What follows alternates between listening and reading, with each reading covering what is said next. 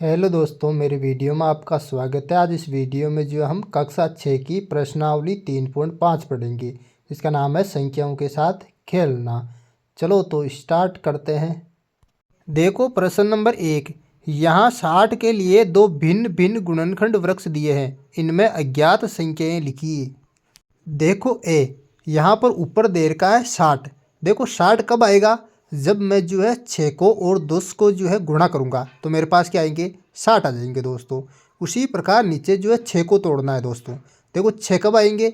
जब 2 को जो है मैं 3 के साथ गुणा करूँगा तो इस गोले के अंदर जो है 3 आ जाएगा दोस्तों। 2 को मैं 3 से गुणा करूँगा तो क्या आ जाएंगे? 6 आ जाएंगे। इसी प्रकार इधर देखो 10 को तोड़ो, यानी कि 10 कब आएंगे मेरे पास? जब मैं 5 को जो है किससे गुणा करूंगा? 2 से गुणा करूंगा तो इस गोले के अंदर आ जाएगा 2। अगर मैं 5 को 2 से गुणा कर दूंगा तो क्या आ जाएगा मेरे पास? 10। इस प्रकार से जो है इस गोलों को आपको भर देना है। अब देखो पहले का बी। देखो ऊपर ही ऊपर 60 दे रखा है, वैसे ही गुणनफल करके इन गोलों को भरना है। देखो 60 कब आएंगे? जब मैं जो है नीचे देखो 30 दे रखा है, इस 30 को जो है किससे गुणा करूंगा कि 60 आ जाए? देखो 30 को मैं 2 से गुणा करूंगा तो पहला जो ऊपर वाला गोला है इसके अंदर 2 आ जाएंगे। 30 को मैं 2 से गुणा करूंगा तो कितना आ जाएगा मेरे पास? 60 आ जाएगा। अब देखो, अब 30 कब आएगा मेरे पास? देखो 10 को कितने से गुणा करूंगा? 10 को मैं 3 से गुणा करूंगा दोस्तों। तो 10 को मैं 3 से गुणा करूंगा तो दूसरे गोले के अंदर कितना आ जाएंगे? 3 आ जाएंगे। 10 को मैं 3 से गुणा करूंगा तो कितना आ जाएगा? 30 आ जाएगा मेरे पास। अब देखो नीचे वाले जो दो गोले हैं इसके अंदर क्या आएगा? देखो 10 कब आएगा? 10 कब आएगा? जब मैं 5 को जो है 2 से गुणा करूंगा तो कितना आ जाएंगे मेरे पास? 10 आ जाएंगे। तो पहले गोले के अंदर इधर वाले के अंदर 5 भर दूंगा, इधर वाले के अंदर 2। इस प्रकार से जो आपको इन गोलों को आसानी से भर लेना है। देखो प्रश्न नंबर 2। एक भाज्य संख्या के अभाज्य गुणनखंड में किन गुणनखंडों को सम्मिलित नहीं किया जा सकता? देखो दोस्तों, कोई भी भाज्य संख्या हो उसके गुणनखंड में एक तो एक और एक खुद स्वयं उस संख्या को शामिल नहीं किया जाता। तो मैं लिख दूंगा यहाँ पर हल। एक भाज्य संख्या के गुणनखंडन में एक तथा स्वयं उस संख्या को सम्मिलित नहीं किया जा सकता है। तो ये आपको जो है आसानी से इतना सा उत्तर लिख देना है। देखो प्रश्न नंबर 3। 4 अंकों की सबसे बड़ी संख्या लिखिए और उसे अभाज्य गुणनखंडन के रूप में व्यक्त कीजिए। देखो सबसे पहले जो है मैं 4 अंकों की सबसे बड़ी संख्या लिख लूँगा। देखो 4 अंकों की सबसे बड़ी संख्या। देखो दोस्तों, 4 अंकों की जो संख्या है वो 1000 से शुरू होती है और 9999 तक चलती है। तो सबसे बड़ी संख्या कौन सी हुई? 9999। तो मैं लिख दूंगा 9999। अब इसका कर लूँगा मैं अभाज्य गुणनखंड। देखो 9999 का करूँगा अभाज्य गुणनखंड। सबसे पहले इसमें दूंगा 3 का भाग। 3 का भाग दूंगा तो 3333 बार जाएगा। अब 3333 में फिर से दूंगा 3 का भाग, फिर ये जाएगा 1111 बार। अब 1111 के अंदर जो है मैं दूंगा यहाँ पर 11 का भाग। इसका भाग जो है 101 बार जाएगा। अब 101 के अंदर मैं यहाँ पर दूंगा 101 का भाग, यहाँ पर 1 बार जाएगा। तो यहाँ पर जो है अब 9999 को जो है मैं अभाज्य गुणनखंड के रूप में लिख लेता हूँ। अतः 9999 का जो अभाज्य गुणनखंडन है वो हो जाएगा 3 × 3 × 11 × 101। ये जो हुआ 9999 का अभाज्य गुणनखंड। इस प्रकार आसानी से आपको कर लेना है। अब चलते हैं अगले क्वेश्चन की ओर। प्रश्न नंबर 4। देखो 5 अंकों की सबसे छोटी संख्या लिखिए और उसे अभाज्य गुणनखंडन के रूप में व्यक्त कीजिए। देखो सबसे पहले मैं यहाँ नीचे लिख लूँगा। देखो 5 अंकों की सबसे छोटी संख्या। देखो दोस्तों, 5 अंकों की जो संख्या है वो कहाँ से शुरू होती है? 10,000 से शुरू होती है और कहाँ तक चलती है? 99,999 तक चलती है। तो सबसे छोटी संख्या कौन सी हुई? 10,000। तो मैं लिख दूंगा यहाँ पर 10,000। अब 10,000 का करूँगा अभाज्य गुणनखंड। देखो 10,000 का अभाज्य गुणनखंड कर लेते हैं। देखो इसके अंदर जो है सबसे पहले जो है मैं दूंगा 2 का भाग। 2 का भाग दूंगा तो हो जाएगा 5,000 बार। अब 5,000 में फिर से मैं 2 का भाग दूंगा। 2 का भाग दूंगा तो ये जाएगा 2,500 बार। फिर 2,500 के अंदर फिर से मैं जो है 2 का भाग दूंगा तो ये जाएगा यहाँ पर 1,250 बार। फिर 1,250 के अंदर जो है मैं 2 का भाग दूंगा तो यहाँ पर जो है ये जाएगा 625 बार। अब 625 में मैं फिर से जो है यहाँ पर जो है 5 का भाग दूंगा।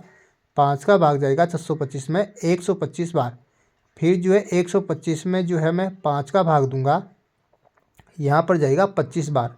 फिर 25 में फिर से जो है मैं 5 का भाग दूंगा यहाँ पर, तो पचम 25 5 बार जाएगा। फिर 5 के अंदर फिर से 5 का भाग दे दूंगा, तो कितनी बार जाएगा, 1 बार जाएगा दोस्तों। तो 5 एकम 5 आ गया। अब लिख लूँगा मैं 10,000 को अभाज्य गुणनखंड के रूप में। तो यहाँ पर लिखो, अतः 10,000 का जो है अभाज्य गुणनखंडन, यानी कि अतः 10,000 का अभाज्य गुणनखंडन क्या हो जाएगा, 2 गुणा, लिखो यहाँ पर 2 गुणा 2 गुणा 2 गुणा 2 गुणा यहाँ पर 5 गुणा 5 गुणा 5 गुणा 5, ये जो है 10,000 का अभाज्य गुणनखंड यहाँ पर हो जाएगा। इस प्रकार आपको कर लेना है।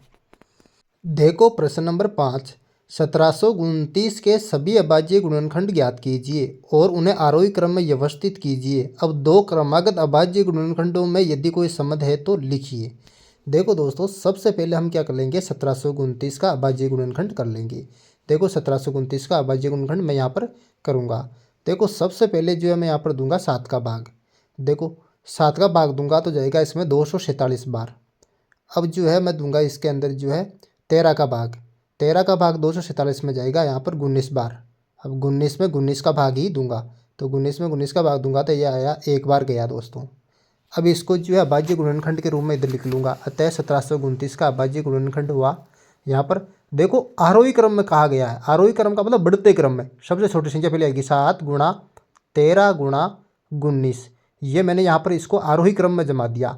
अब कह रहा कि दो क्रमागत, क्रमागत का मतलब लगातार, यानी कि 7 13 और 19 के बीच में कोई संबंध है क्या। देखो 7 और 13 के बीच में कितने का डिफरेंस है, यहाँ पर 6 अंकों का डिफरेंट है। और 13 और 19 के बीच में भी कितने अंकों का डिफरेंस है, 6 का। तो इनके अंदर संबंध क्या आया, 6 का डिफरेंस है दोनों के बीच में। तो मैं लिख दूंगा, स्पष्ट है कि दो क्रमागत अभाज्य गुणनखंडों के बीच 6 का अंतर है। तो इस प्रकार से आपको जो है प्रश्न को आसानी से कर लेना है। अब चलते हैं अगले प्रश्न की ओर। प्रश्न नंबर 6, देखो 3 क्रमागत संख्याओं का गुणनफल सदैव 6 से विभाज्य होता है। इस कथन को कुछ उदाहरणों की सहायता से स्पष्ट कीजिए। देखो कोई भी 3 क्रमागत लगातार कोई भी संख्या ले लो और उनका आप गुणा करो, जो आपको संख्या प्राप्त होगी दोस्तों वो क्या होगी, 6 से विभाज्य होगी। देखो मैं कुछ उदाहरण ले लेता हूँ यहाँ पर, कुछ 3 क्रमागत संख्याओं के गुणनफल। कुछ उदाहरण देकर आपको समझाता हूँ। यहाँ पर देखो 3 क्रमागत संख्या ले रहा हूँ मैं। देखो 1 2 और 3, और इन तीनों संख्याओं का गुणा करूँगा। देखो मैं 2 को 1 के साथ गुणा करूँगा, 2 एकम 2, फिर जो है 2 को 3 से गुणा करूँगा तो आएगा 6, यानी कि 1 2 और 3 तीनों संख्याओं को मैंने गुणा किया कितना आया, 6। अब बताओ ये 6 जो है 6 से विभाज्य है क्या, है दोस्तों, क्योंकि 6 के अंदर 6 का भाग जा रहा है पूरा पूरा। तो इस प्रकार ये पहला उदाहरण हो गया। अब और संख्या ले रहा हूँ मैं 2 3 4, तीनों लगातार संख्या ले ली मैंने, 2 3 4, इनको गुणा करूँगा। देखो 3 को 2 के साथ गुणा करूँगा 6, 6 को 4 से गुणा करूँगा 6 चौका 24। अब देखो 24 के अंदर भी जो है 6 का पूरा पूरा भाग जा रहा है, 6 चौका 24 यहाँ पर। तो एक उदाहरण ये हो गया। मैं अब जो है एक उदाहरण और ले लेता हूँ, 3 4 और 5, ये संख्या जो है लगातार लूँगा मैं। 3 को 4 से गुणा करूँगा आएगा 12, 12 को 5 से गुणा करूँगा तो कितना आएगा 60, 12 पंचे कितने होते हैं 60। तो यहाँ पर लिखूँगा मैं यहाँ पर 60। अब देखो 60 के अंदर 6 का भाग जा रहा है पूरा पूरा, 6 दाई 60, 10 बार चला जाएगा। देखो और उदाहरण लेके मैं आपको बता देता हूँ यहाँ पर कि देखो संख्या ले रहा हूँ 11 12 और जो है 13। अब देखो 11 12 और 13 तीनों संख्याओं को हम गुणा करेंगे तो हमें जो संख्या प्राप्त होगी वो होगी 1716। अब देखो 1716 के अंदर भी यहाँ पर 6 का पूरा पूरा भाग जाएगा। आप देख लेना, 6 का जो भाग जाएगा 1716 के अंदर। अब देखो और उदाहरण ले लेता मैं 17 18 और 19। देखो तीनों क्रमागत संख्या यानी लगातार संख्या है। 17 18 और 19 को हम गुणा करेंगे तो हमें जो संख्या प्राप्त होगी वो होगी यहाँ 5814 दोस्तों। अब 5814 के अंदर भी 6 का जो है पूरा पूरा भाग जाएगा। अब जो देखो अगली जो संख्या लूँगा मैं यहाँ पर 20 21 और 22। अब 20 21 और 22 इन तीनों संख्याओं को मैं गुणा करूँगा तो हमें जो संख्या प्राप्त होगी वो हो जाएगी यहाँ पर 9240। 9240 के अंदर भी यहाँ पर 6 का पूरा पूरा भाग जा रहा है। इस तरह से हमने स्पष्ट कर दिया कि कोई भी 3 क्रमागत संख्या ले लो और उनको गुणा करोगे, जो संख्या हमें प्राप्त होगी उसके अंदर 6 का भाग जाएगा, यानी कि वो 6 से विभाज्य होगी। तो अतः 3 क्रमागत संख्याओं का गुणनफल सदैव 6 से विभाज्य है। तो ये लिख देना आपको और प्रश्न हो जाएगा। अब देखो अगला प्रश्न, प्रश्न नंबर 7। दो क्रमागत विषम संख्याओं का योग 4 से विभाज्य होता है, कुछ उदाहरण लेकर इस कथन का सत्यापन कीजिए। देखो यहाँ पर जो है कुछ जो है उदाहरण लेकर मैं इसका स्पष्ट करूंगा कि दो क्रमागत विषम संख्याओं का योग जो होता है 4 से विभाज्य होता है। तो देखो मैं जो है यहाँ पर स्पष्ट करूंगा कि दो क्रमागत विषम संख्याओं का योग क्या होता है, 4 से जो है विभाज्य होता है। देखो 3 + 5, देखो दो लगातार जो है विषम संख्या ही मैंने ली है।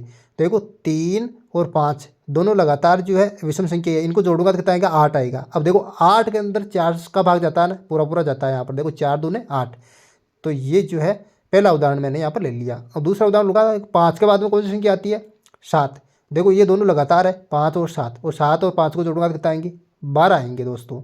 अब 12 के अंदर 4 का भाग जा रहा है क्या, पूरा पूरा, 4 एकम 4, 4 दूना 8, 4 तिया 12, जा रहा है दोस्तों 3 बार, यानी कि एक उदाहरण ये हो गया। एक उदाहरण और ले लेता हूँ मैं यहाँ पर, लगातार दो ले रहा हूँ, 11 और 13। 11 और 13 दोनों जो है लगातार विषम संख्या ये दोनों। अब 11 और 13 को जोड़ूंगा तो मेरे पास कितना आ जाएंगे, यहाँ पर 24 आ जाएंगे दोस्तों। और 24 के अंदर जो है 4 का पूरा पूरा भाग जाता है। तो एक उदाहरण ये हो गया हमारे पास। अब जो है आगे का उदाहरण और ले लेता हूँ मैं 3, यानी कि यहाँ पर जो है 23 एक विषम संख्या है, और यहाँ पर जो है 25 भी एक विषम संख्या है। और 25 और 23 को मैं जोड़ूंगा तो मेरे पास जो है 48 आएंगे दोस्तों। अब 48 के अंदर 4 का पूरा पूरा भाग जाता है क्या, हाँ जाता है दोस्तों। तो 4 एकम 4, 4 दूना 8, 12 बार जाता है। तो एक उदाहरण ये हो गया 23 और 25 को।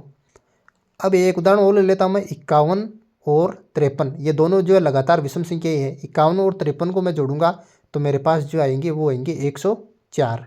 अब 104 के अंदर जो है 4 का पूरा पूरा भाग जाएगा, कितनी बार जाएगा, 4 दूना 8 और 4 संग 24, यानी 26 बार जाएगा।